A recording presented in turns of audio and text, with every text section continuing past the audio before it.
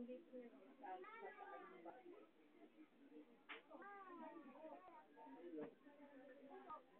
ba yun nahulog? Ay na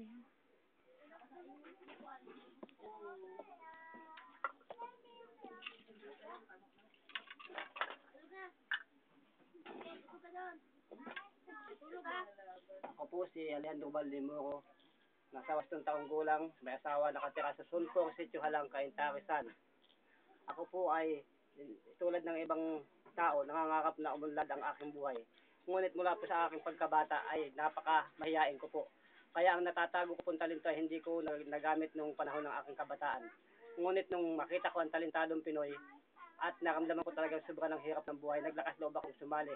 At sa awa po ng Diyos, kahit paano, nakapasok naman po ako sa talentadong Pinoy. Ngunit hindi nga lang po ako nag-champion.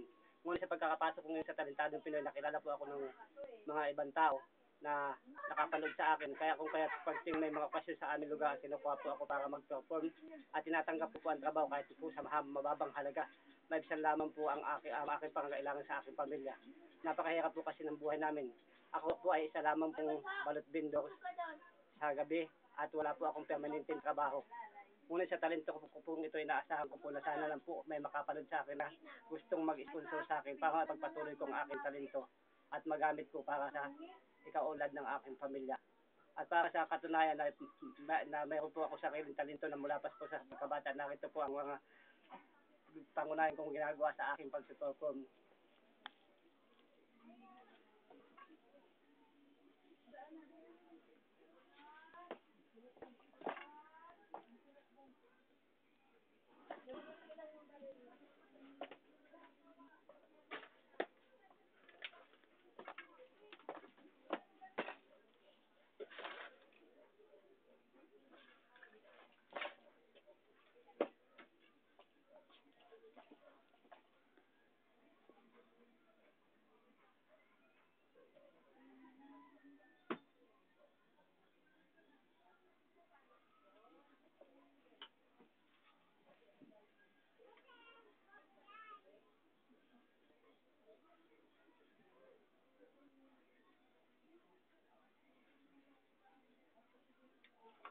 At dahil naman po ang aking mga ginagamit sa aking pagpapalabas.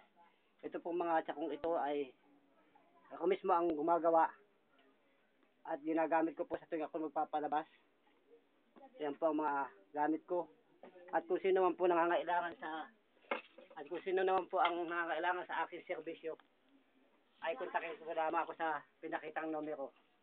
Sa numerong ito. At tumatanggap po ako kahit po sa mababang halaga. Hindi pa ako naniningil ng mataas na bayad. Maraming salamat po.